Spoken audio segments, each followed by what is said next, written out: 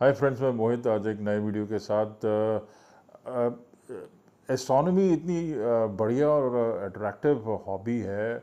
जब भी skies clear होते हैं या हम घूमने जाते हैं हिल स्टेशंस में या फॉरेस्ट एरिया में, ऊपर सर उठा के देखते हैं तो हमारी जो मिल्की वे गैलेक्सी है इतनी बढ़िया दिखाई देती है। तो हमारे दिमाग में एक क्वेश्चन आता है कि क्या एस्ट्रोनॉमी हम कैसे करें, क्या टेलीस्कोप लेना ज़रूरी है या टेलीस्कोप के अलावा भी कोई चीज़ से हम कर सकते हैं। टेलीस्कोप के अलावा आप नेकेड आई से भी आप काफ़ी कुछ चीज़ें ऑब्ज़र्व कर सकते हैं, लेकिन अगर आपके पास कुछ ऑप्टिक्स हैं या मैग्नीफाइंग ग्लास हैं जो हैंड होल्डेबल हैं या ज़्यादा कॉम्प्लेक्स सिस्टम नहीं है, तो उनसे भी एस्ट्रोनॉमी हो सकती है। मेरा इशारा बाइनोकुलर्स की तरफ है। ये आप बाइनोकुलर्स देख रहे हैं, डिफरेंट साइजेस के हैं।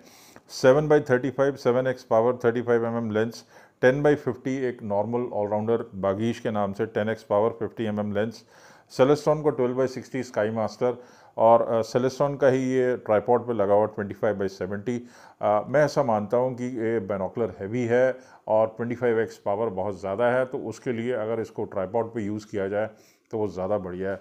तो हमारा जो टॉपिक ऑफ डिस्कशन था कि अगर स्काईज़ हमें बढ़िया मिलते हैं, हम सिटीज़ से बाहर जब आउटस्कर्ट्स में जाते हैं या अपने गांव जाते हैं या किसी फार्म हाउस में या होटल में, रिजॉर्ट में, और अगर स्काईज़ अच्छे हैं तो क्या एस्ट्रोनॉमी हो सकती है? डेफिनेटली हो सकती है। हमारे अपने सोलर सिस्टम में अपनी गैलेक्सी जो हमारी मिल्की वे गैलेक्सी है उसमें हम क्या क्या देख सकते हैं। तो आइए देखें। नेक्स्ट, सबसे इजी टारगेट जो है वो आप देख रहे हैं जैसे कि मून है। अब मून फुल मून भी है और न्यू मून भी है, या क्रेसेंट शेप में हाफ मून है। मून कुछ जब फुल मून में होता है तो ऐसे दिखाई देता है, और आप देख रहे हैं क्रेटर्स जो हैं बहुत एजेस पे हल्के हल्के हैं। लेकिन एक बढ़िया मून, जो फुल मून हमें देखने की जिज्ञासा है वो तो सही है, लेकिन क्रेटर्स जो ऐसे आप देख रहे हैं हाफ मून में, वैसे क्रेटर नहीं बनते।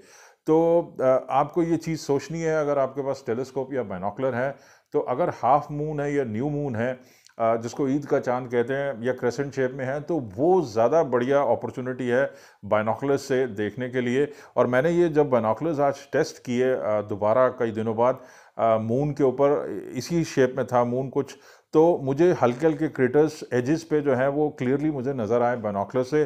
7x35 सबसे छोटा बाइनोकुलर है, उससे भी नज़र आए। 10x50 से थोड़े और अपेरेंट थे, और 12x60 से तो बल्ले बल्ले थी। बहुत ज़्यादा बढ़िया तरीके से मून काफ़ी बड़ा दिखाई दे रहा था। तो डेफिनेटली मून एक ईजी टारगेट है बाइनोकुलर से, और इसको एक्सप्लोर करना चाहिए। आगे चलें। इसके अलावा सोलर सिस्टम में जुपिटर, जैसे आपको पता है, सबसे बड़ा प्लैनेट है। तो क्या जुपिटर बाइनोकुलर से पकड़ा जा सकता है? डेफिनेटली पकड़ा जा सकता है, लेकिन वो डिटेल नहीं दिखाएगा क्योंकि उसमें पावर चाहिए 40 50 70x की। लेकिन कुछ कुछ इस तरीके से बाइनोकुलर से नज़र आएगा, थोड़ा सा फूला फूला, एक फूला हुआ सा स्टार सा नज़र आएगा। और ये जो आप डॉट्स देख रहे हैं साथ में, ये इसके मून है। हालांकि जुपिटर के कई सारे मून हैं, लेकिन 3 या 4 मून आपको इजीली बाइनोकुलर से नज़र आ सकते हैं अगर स्काईज क्लियर हैं। स्पेशली जिस दिन बारिश हुई है उसके नेक्स्ट डे स्काईज क्लियर मिलते हैं सिटी में भी, तो वो एक अपॉर्चुनिटी रहती है। आप बाइनोकुलर से जुपिटर डेफिनेटली एक्सप्लोर कर सकते हैं। Next slide. Next slide. यहाँ पे आप देख रहे हैं जुपिटर, मार्स और वीनस। कई बार ऐसा भी कंजंक्शन आता है कि ये तीनों प्लैनेट्स या 4 प्लैनेट्स आपको दिखाई देते हैं।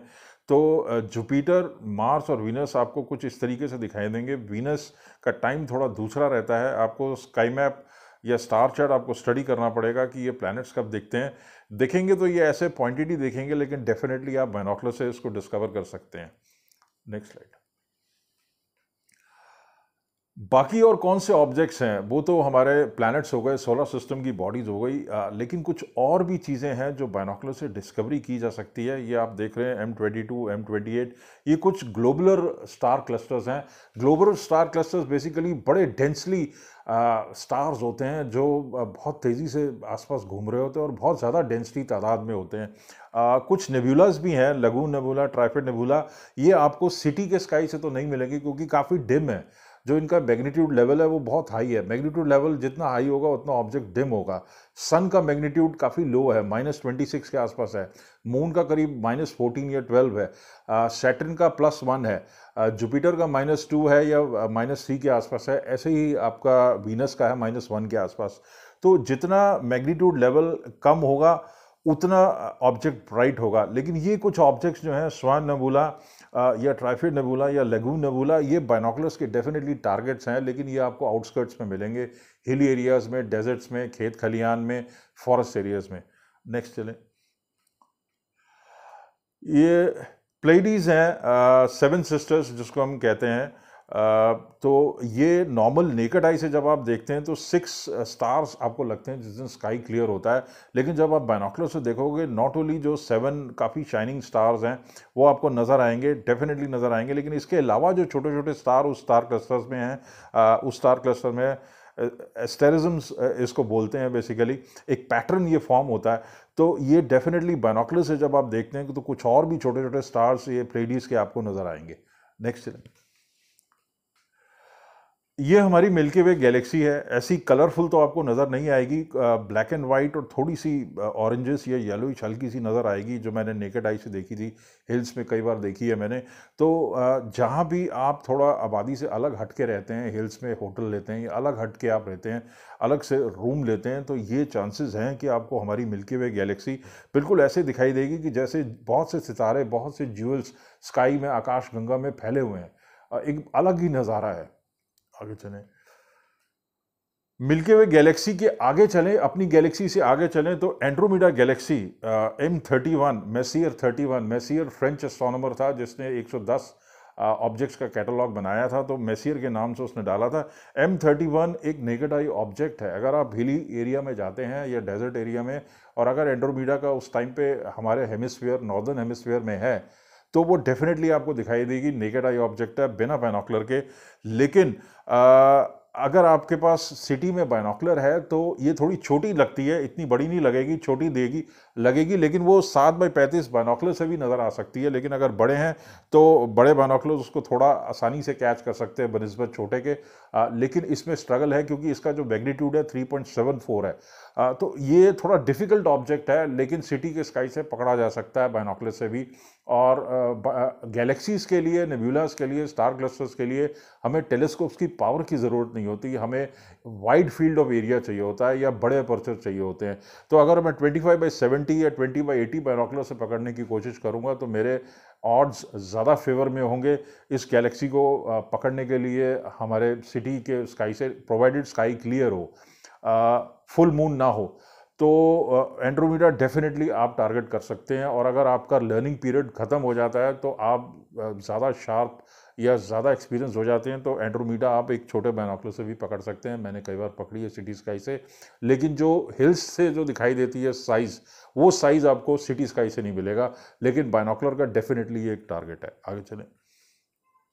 इसके अलावा एंड्रोमेडा कॉन्स्टलेशन में ही और भी कुछ गैलेक्सीज हैं जो बिल्कुल साथ साथ रहती हैं। ये काफ़ी डिम है, तो ये सिटी से तो पकड़नी मुश्किल है, लेकिन बाइनोकुलर से आप इनको पकड़ सकते हैं।